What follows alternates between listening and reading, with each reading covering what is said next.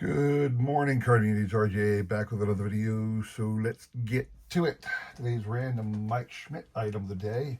Picked this up the other day from Rally House. I was looking for Rally House for new Mike Schmidt items. Nice little t-shirt here. World Series MVP for 1980, Mike Schmidt. Really cool, almost like a Reindeer Studios type of graphic. Shout out to Scott. This is an awesome t-shirt to add to my Mike Schmidt collection. Today's random baseball item of the day in honor of newly inducted Hall of Famer, long overdue Hall of Fame induction, Dave Parker, 1981, Topps Super card. This is a 5x7.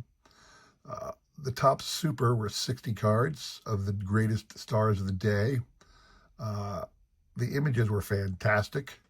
Very close-up portrait shots of all the stars. Facsimile signature, not a real one. You can see here, Mr.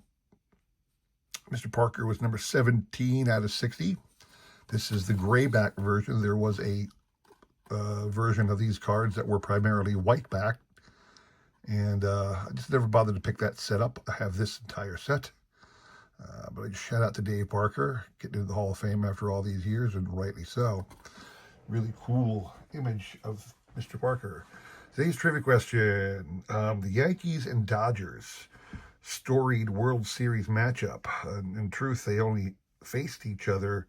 The Brooklyn Dodgers and the New York Yankees played each other only in various years in the period between 1941 in 1956, so less than 20 years and certainly less than 20 meetings because they didn't come together all those years. But starting in 1941, the Brooklyn Dodgers and Yankees, and the last time the Brooklyn Dodgers and Yankees faced each other was 1956.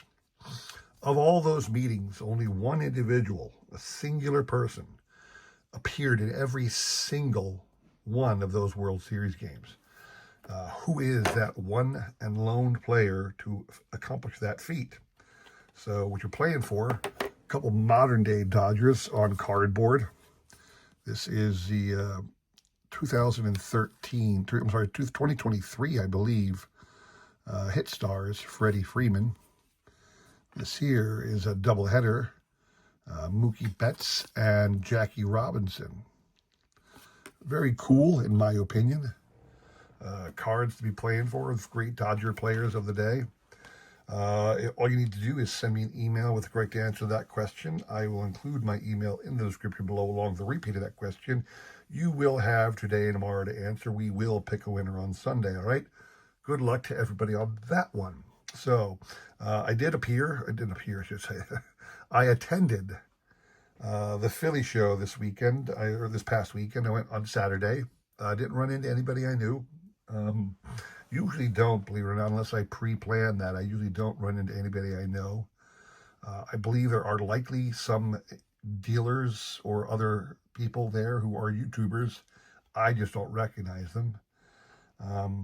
But I was there and picked up a limited number of things, but a couple things I want to show off.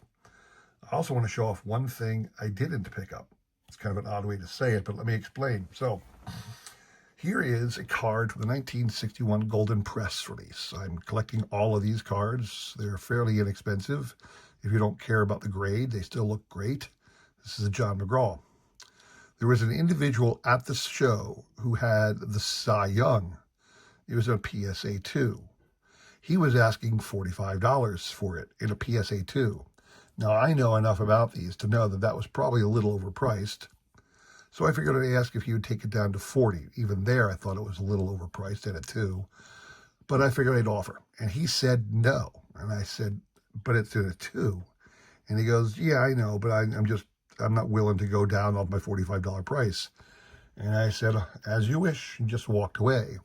And then I went on eBay, and I found that exact same card, the Cy Young Golden Press, in a 4 for like $30. I haven't pulled the trigger on that. I probably will, but always know what the value of the cards that you really want are.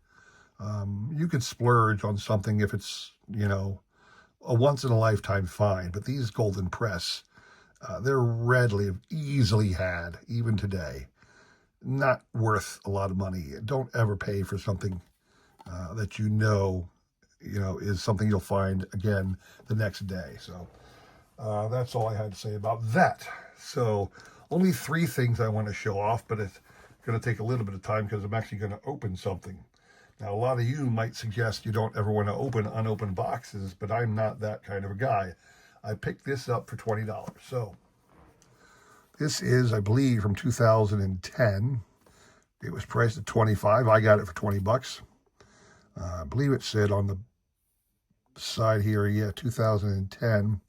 And it literally is in honor of the Yankees in 2009 beat my Phillies for their 27th World Championship.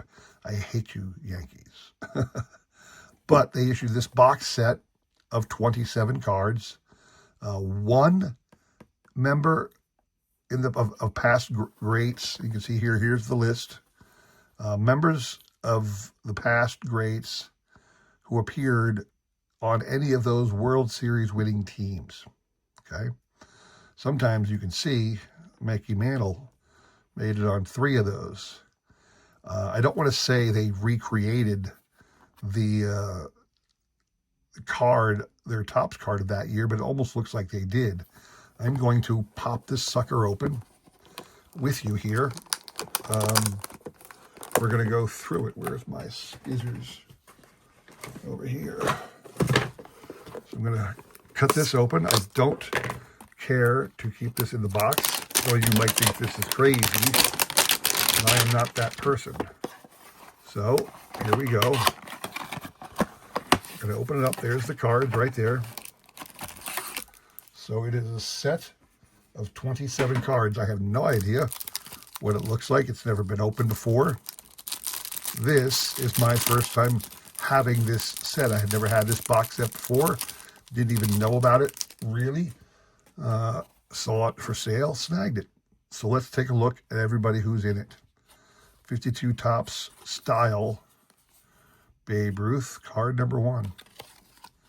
52 Topps style, Charlie Keller, number 10. So these are kind of out of order. 51 Topps game, style, Mickey Mantle. 62 Topps style, Elston Howard. 52 Topps style, Tony Lazzeri. I'm assuming that anybody who was pre 52 got the 52 style design. That's my guess, because that's been consistent so far. 77 style, Thurman Munson. 52 style, Johnny Mize. He's, you can see here he was honoring the 49 9 World Series. So anybody who was in a World Series prior to the years Topps was producing cards got a old style card. So awesome 1978 style, Reggie Jackson, no doubt, honoring the 78 World Series. 61 Maris. 52 Tommy Heinrich, part of the 38 World Series team. Lou Gehrig, part of the 27 World Series. Red Rolf, don't see that one too often. Red Rolf of the 39 World Series. I don't think they could do a Joe DiMaggio. I believe DiMaggio was under contract to either Upper Deck or Panini at this time, so you're not going to find a Joe D on this list.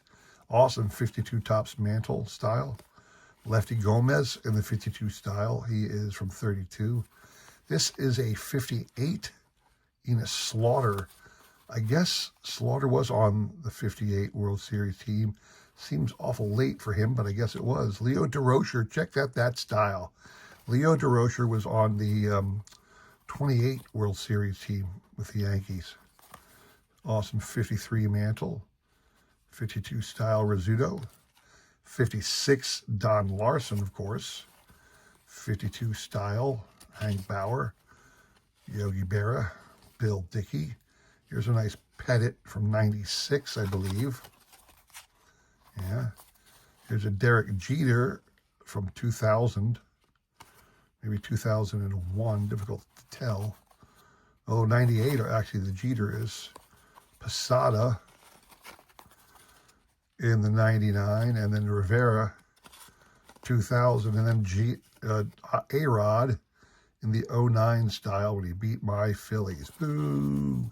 So that's all this is. It's a little box set, 27 cards of World Series heroes of the Yankees, one member from each of their World Series teams, 52 Topps style in every year that was prior to the 51.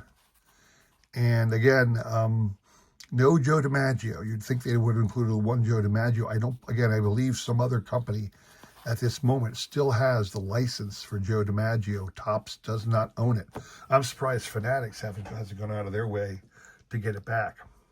But that was the first thing I picked up at the card show. The other two are much more interesting items. So that is kind of a nod to my collecting binge of box sets that I desperately want to have. I want to have every box set ever made. And that was one I did not have yet, so I picked that up. Then I like my Mike Schmidt cards, and I've begun finding slabbed Mike Schmidt cards, and really interesting ones. Usually I get them for less than $20, but I thought about doing this because it's something I don't have yet, haven't had it begun yet. I have my Topps basic run, all 17 cards issued during Mike's playing career, spanning the years 1973 to 1989. But what I don't have yet, many of, and I figured I'd snag this one because I got this one for a really inexpensive price. For $20, I got a 1982 O-Pee-Chee card. It's a PSA 8. That's why it was only $20, but it's a really nice card. If you look at this, it's a really good centered version. Pretty darn clean. Doesn't have the choppy borders a lot of O-Pee-Chees do. And I have a 79 O-Pee-Chee in my Schmidt PSA collection. This is my only 82. This is the only other O-Pee-Chee basic Topps card I have. I think I might have a sticker or two. But this is the only other base card I have. Very cool, and for $20, I'm all over that. So the two awesome $20 items. The final thing to show off that I got at the show this past weekend, is something I've been eyeing for a while. I began collecting all the Phillies team cards I could find issued in any Topps product. And I mean the old style team cards where they were all posed together on the field. The great ones from the 70s and 80s, and even going back before that, I've begun trying to acquire one example of all of those team cards. Well, if you go back far enough, there's all kinds of images of baseball teams. Most famously, in the early teens, the Fatima Cigarette Company came out with these awesome premium images of baseball teams. And sure enough, a guy at the show had one. And I paid about what they're worth on eBay, right around the price I see them for sale. But I saved myself the shipping and tax. The 1913 Fatima Philadelphia Phillies team card. Hall of Famer Grover Cleveland Alexander is sitting, his head is the one on top of his teammate there. So if I just bring it in here, that is your Grover Cleveland Alexander head right there on top. I'm not sure if you can read the names, but those are the names of the people who are sitting there. There's the names of the people in the back there. I believe only Alexander in this image is a Hall of Famer. I know that Dave Bancroft and Barixie would join the Phillies for their 1915 pennant winning. Those two individuals would go on to have Hall of Fame careers. But in this example, only Mr. Alexander is a Hall of Famer. But it's a really, really cool image. Something I have wanted for some time. Just never bothered to pull the trigger. But since I came with a couple bucks looking to do so, I had this opportunity and I checked it off. Very cool card. I'm happy to have it in my Phillies collection, my Phillies team collection, something I've wanted for quite a while. So there you have it. 3 awesome items that I picked up at the Philly show this weekend. Hope you enjoyed that. If you did, please consider liking, subscribing, commenting, and all that jazz. I really do appreciate your support as I try my best to support everybody else in this great card meeting. All right? Thank you very much for watching. Come back again on Wednesday and Friday for more. Take care.